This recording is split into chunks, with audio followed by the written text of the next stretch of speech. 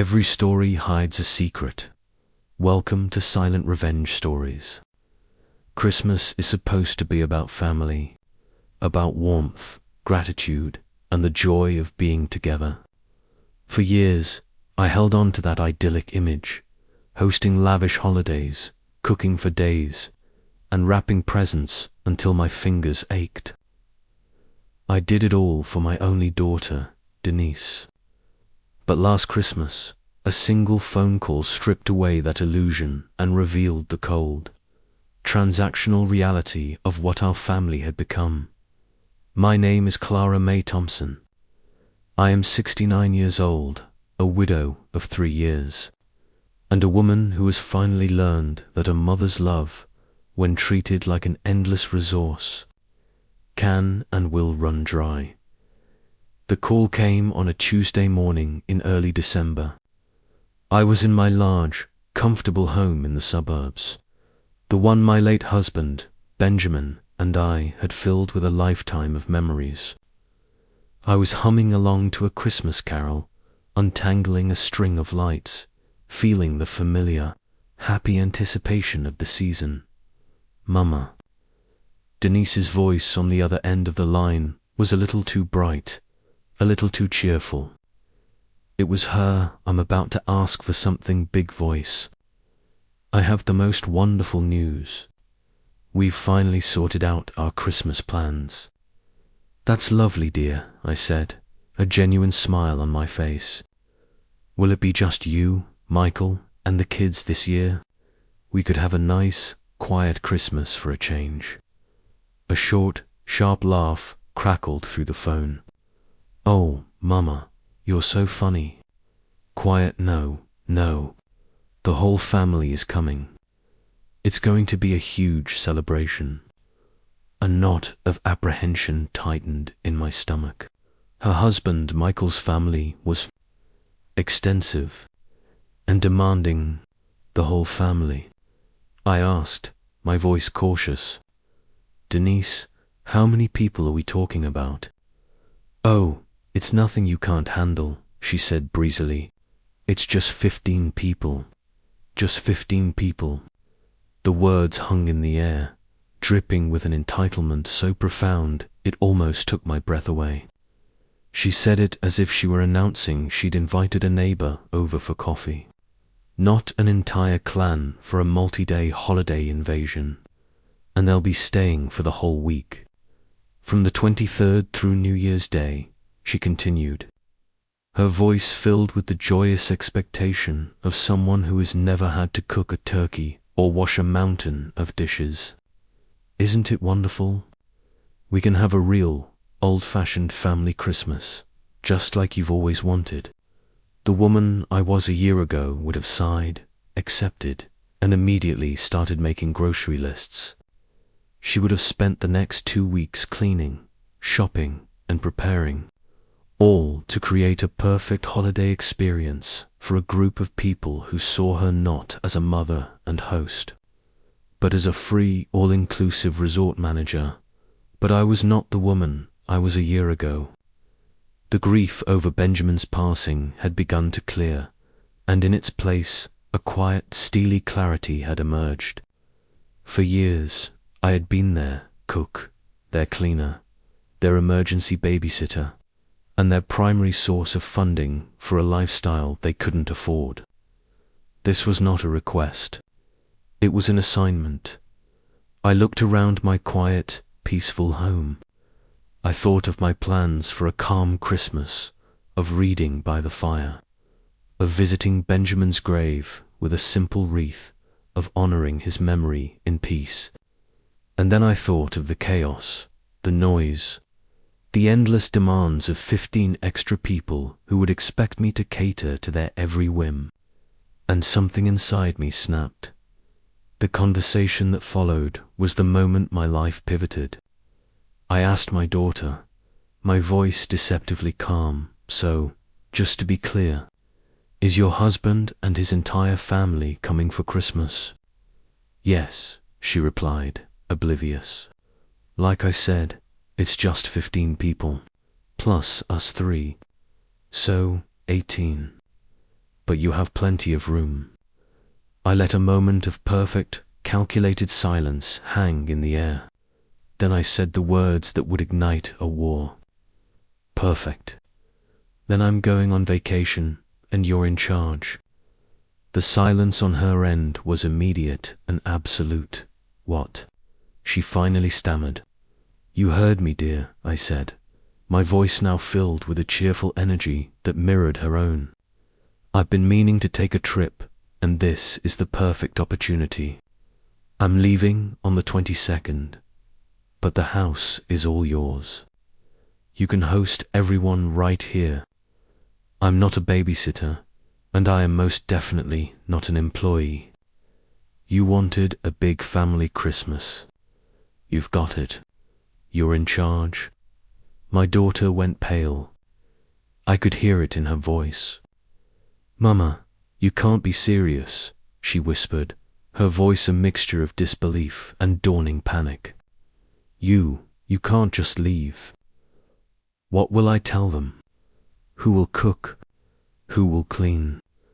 "You will, dear," I said sweetly. "You're a grown woman, a wife and a mother. I'm sure you'll be a wonderful hostess. I have complete faith in you, but the money," she cried, her voice rising in desperation. "A week of food and drinks for 18 people. It will cost a fortune." "Then I suggest you and Michael start budgeting," I said calmly. "The generous monthly allowance I provide should more than cover it if you manage it wisely." Before she could form another protest, I delivered the final, liberating blow. "I have to go now, sweetheart. I have a flight to book and a suitcase to pack. You have a wonderful Christmas. You've earned it." I hung up the phone. My hand was shaking, not with fear, but with an exhilarating sense of freedom I hadn't felt in decades. The doormat was gone. The endlessly accommodating mother was on permanent vacation. In her place was a woman who was finally choosing herself. But my daughter didn't know the half of it. She thought my rebellion was a simple act of defiance, a spontaneous trip to a spa. She had no idea that my vacation was a lie. She had no idea that this phone call was just the first move in a much larger, more intricate game. The real surprise was still coming. My first call was not to a travel agent. It was to Elijah Vance, my late husband's lawyer and my most trusted advisor. "Elijah, it's Clara May," I said, my voice filled with a grim satisfaction. "It's time. They've made their move. Activate the Winter Jubilee Protocol." There was a chuckle on the other end of the line.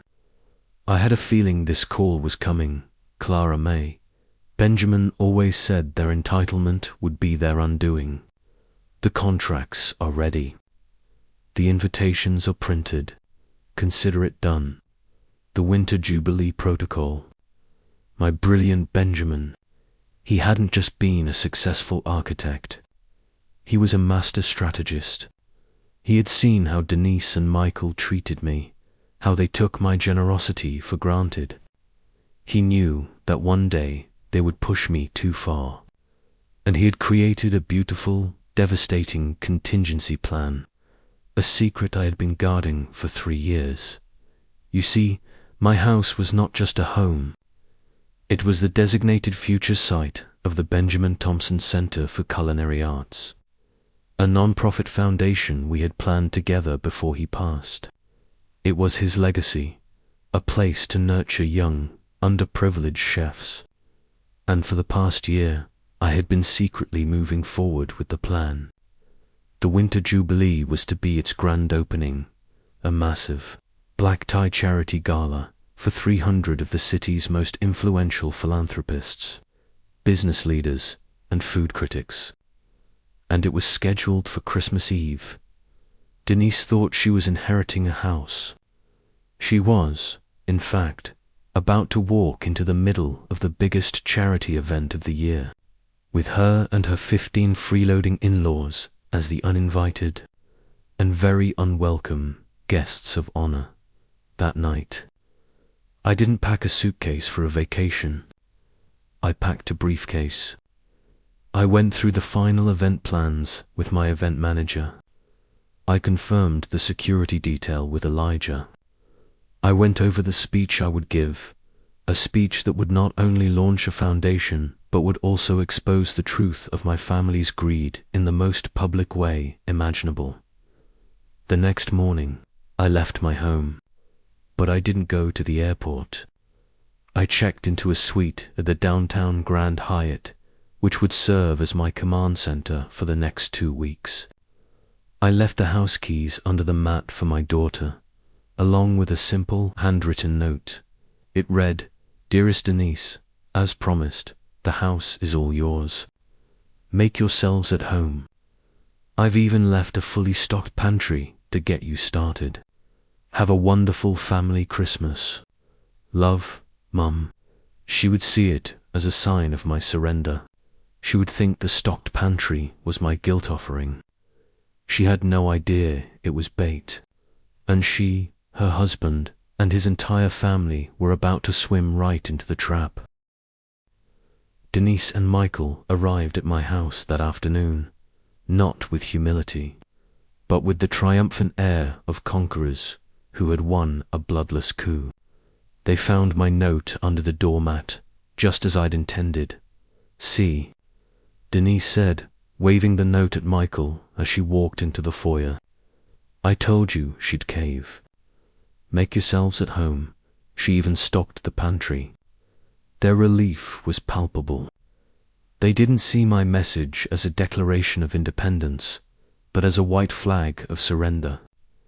They believed the vacation was my way of saving face, a passive-aggressive retreat while still providing for their needs. They truly believed they had one. They explored the house like it was already theirs, critiquing the empty spaces and planning where their furniture would go.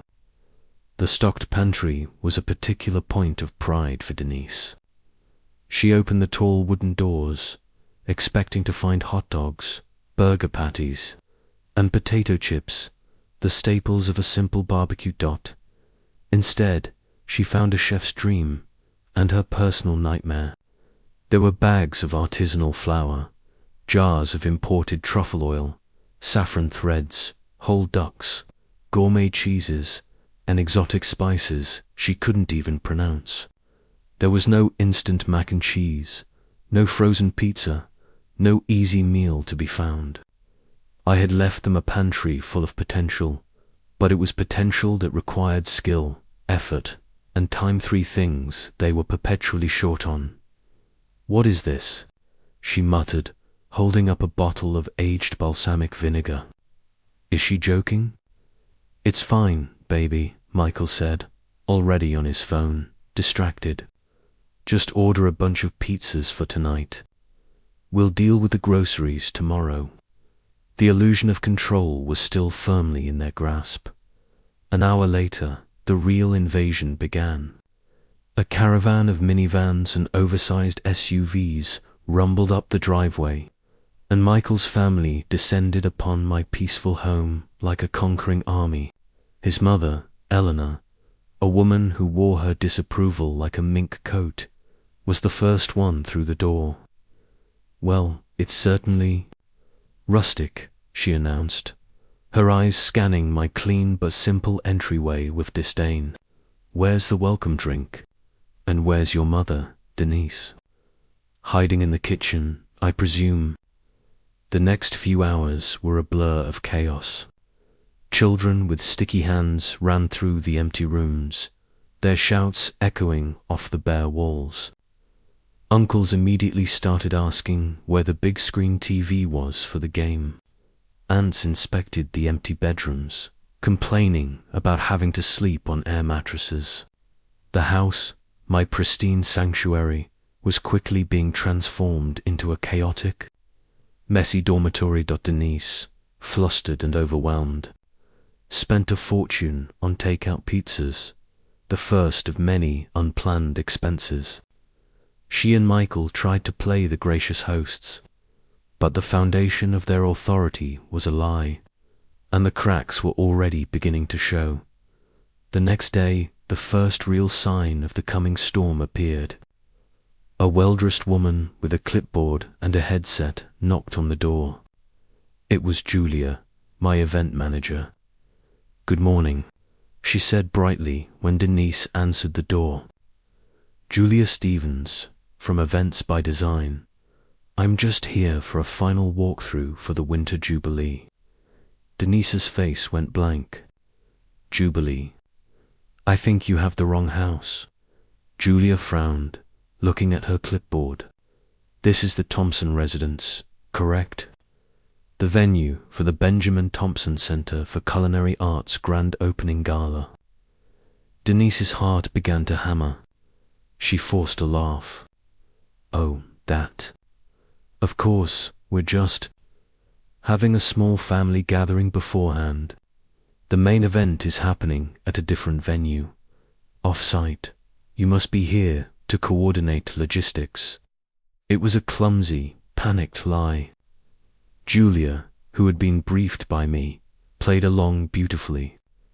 "Ah, I see. My apologies. My schedule must have gotten mixed up. I'll come back closer to the event date." She left, and Denise slammed the door, her back pressed against it, her breathing shallow. She ran to find Michael, who was trying to figure out how to work the complex fireplace. "Michael, we have a problem," she hissed. "A big problem." She explained what had just happened. Michael's face went pale. "A gala? What gala?" "Your mother is playing games with us." "What are we going to do?" Denise cried, her voice rising in panic. "Your entire family is here. They're expecting a week of catered meals and relaxation, not this." "We handle it," Michael said, his voice a low, panicked growl. "We tell no one. We pretend that woman made a mistake. We get through this week, and then we deal with my mother. We just need to keep everyone happy." But keeping everyone happy was proving to be impossible. The gourmet pantry was useless to them. They were forced to spend hundreds of dollars on groceries every day to feed the horde of relatives. The children were bored and destructive. The adults were grumpy and demanding. My beautiful country house had become a pressure cooker of resentment, and Denise and Michael were at the center of it, desperately trying to keep the lid from blowing off. Meanwhile, from my quiet suite at the Grand Hyatt, I orchestrated the final act. I received daily reports from Julia and from the discreet security team. I had hired to monitor the property ahead of the gala. They told me about the overflowing trash cans, the mounting tension, and the frantic, hushed arguments between my daughter and her husband. They're starting to unravel. Clara May, Elijah told me over the phone. The lack of funds, the stress of the family, it's all coming to a head. Are you sure you want to go through with this? It's going to be a public bloodbath. They declared this war, Elijah, not me, I said, my voice steady. They wanted a big family Christmas, and I am going to give them one they will never, ever forget. The morning of Christmas Eve arrived, the calm before the storm. Denise and Michael were at their breaking point. Their money was dwindling, their relatives were miserable, and the spectre of the Winter Jubilee loomed over them. They had convinced themselves it was a bluff, a bizarre prank my mother was playing.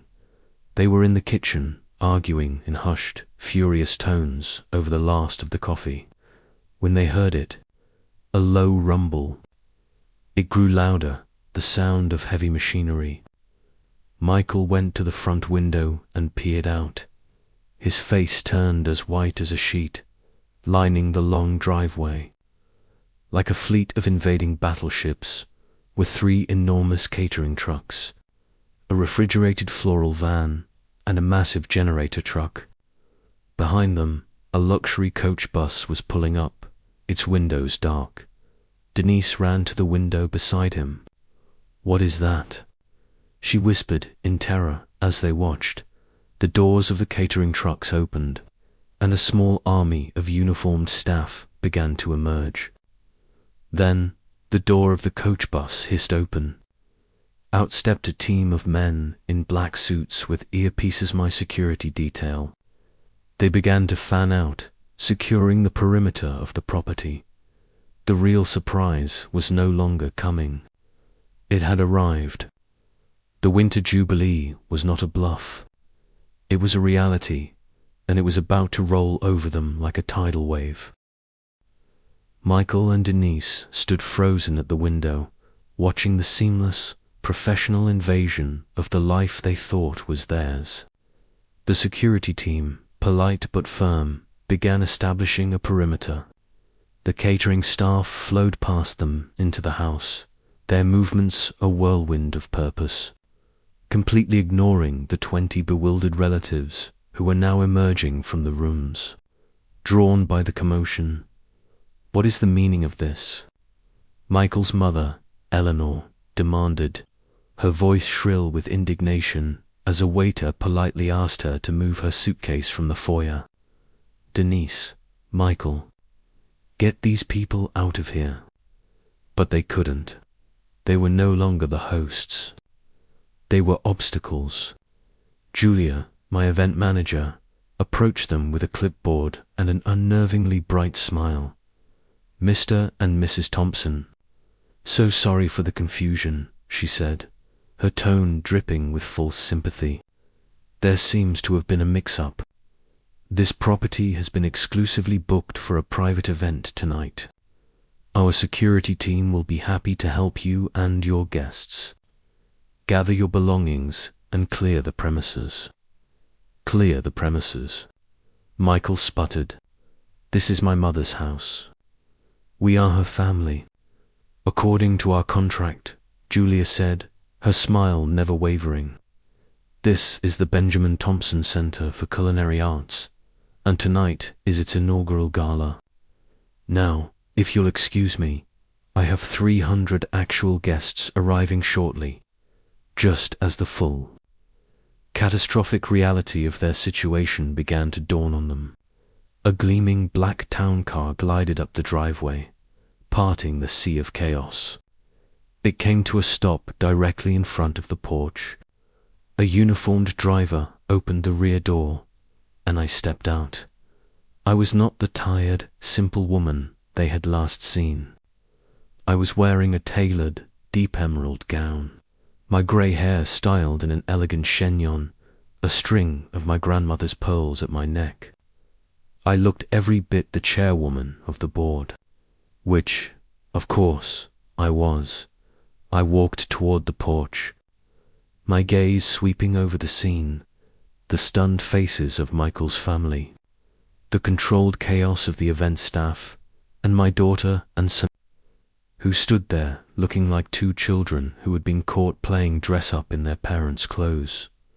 "Mama," Denise whispered, the word a question, a plea, a gasp of disbelief. "Denise." "Michael," I said, my voice calm and carrying an authority they had never heard before. "I see you've met my event team. I do hope they haven't been too much of an inconvenience." I ascended the steps to my porch, which was now a beautifully decorated reception area. I took a flute of champagne from a passing waiter and turned to face them all. "Welcome," I said, my voice ringing out, not just to my family, but to the catering staff, the security team, and the first arriving gala guests who were now making their way up the drive. "Welcome to the grand opening of the Benjamin Thompson Center for Culinary Arts." I let that sink in before continuing. My late husband, Benjamin, had a dream. He believed that talent was not a privilege of the rich, but a gift that could be found anywhere. He wanted to create a place where young, underprivileged chefs could learn their craft, a place where their passion could be nurtured without the burden of debt. This house, our home, is now that place.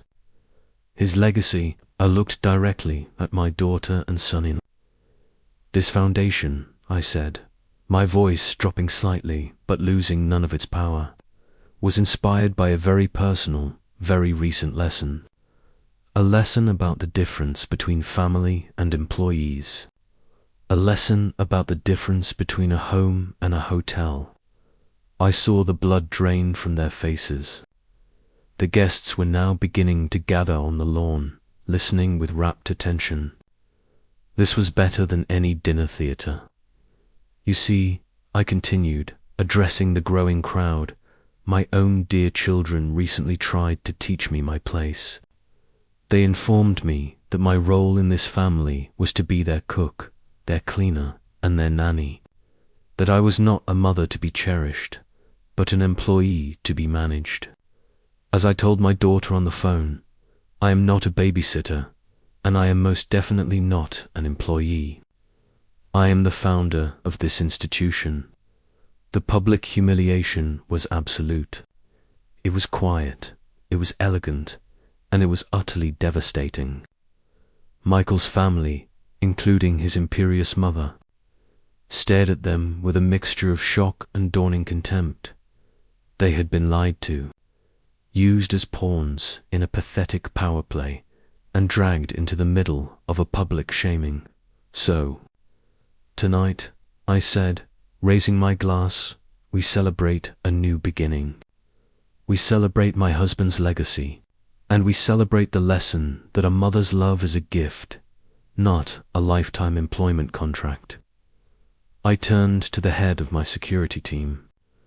John, would you please be so kind as to escort Mr. and Mrs. Thompson and their associates off the property? The gala is about to begin. The sight of them being herded down the driveway by polite but unyielding men in black suits was the last I saw of them that night. They left in a caravan of shame, their 2-week vacation cut short, their plans for $1 million payday reduced to a cloud of gravel dust. The party, my party, was a spectacular success. We raised over $500,000 for the foundation that night. I had never felt more alive. The aftermath was swift and silent. The generous monthly allowance was, of course, cut off. The life of unearned luxury that Denise and Michael had known was over. They were forced to sell their oversized house in the city, which they could no longer afford. They moved into a small, rented apartment.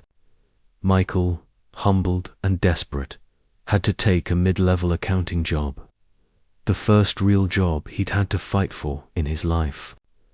Denise, for the first time since she was a teenager, had to find work, ending up as a part-time administrative assistant at a local community college. They were learning, slowly and painfully, the value of a dollar they had actually earned. 6 months later, on a quiet Sunday afternoon, my doorbell rang. It was Denise, alone. She was thinner, and the expensive clothes had been replaced by a simple dress. She was holding a small, slightly lopsided cake in a cardboard box. "I baked this for you," she said, her voice quiet, unable to meet my eyes. "It's a lemon drizzle. I know it was always your favorite." I didn't speak. I just opened the door for her to come in. We sat in the kitchen, the same kitchen where I had once cooked for her and her ungrateful family. "I don't expect you to forgive me, Mama," she said, tears welling in her eyes. "I know I don't deserve it. What I did, was unforgivable. I treated you like a utility. I took everything you gave and demanded more. I was a terrible daughter." "Yes," I said softly. "You were." The blunt honesty of it made her sob. "I am so sorry," she choked out. "Living without your help these last 6 months. It's been the hardest thing I've ever done. And it's been the best thing that ever happened to me." I finally see you, Mama, not as a resource, but as my mother. And I miss you. I looked at my daughter, truly looked at her, and I saw a flicker of the girl I had raised. A flicker of a woman who was finally, painfully. Growing up, the path back is a long one, Denise, I said. Trust isn't rebuilt in a day. I know, she replied, wiping her tears. I don't want your money. I don't want anything. I want to bake a cake for my mother on a Sunday afternoon. If you'll let me. I reached across the table and took a small slice of the cake she had made. It wasn't perfect, but it was real. It was a start. Today, my life is full of purpose. The culinary center is thriving, filled with the sounds of young, passionate chefs chasing their dreams. My daughter and I are slowly, carefully, rebuilding our relationship on a new foundation, one of respect, not obligation. She and Michael are still together, learning to be partners instead of co-conspirators in a life of leisure. Maybe they'll make it. Maybe they won't. But for the first time, their life is their own. They wanted a big family Christmas, and in the end, I gave them one. A Christmas where they learned the most valuable lesson of all, that the greatest gifts in life are the ones you can't buy, and the love you take for granted is the most expensive thing you will ever lose. Did you like my story? I'd love to know what you think and which city you're listening from. Please let me know in the comments. If you want to support my work so I can keep bringing you more stories like this, you can send a super thanks. Your support means the world to me. On the screen now are 2 more stories I think you'll love. Don't forget to like and subscribe to the channel for more. Until next time.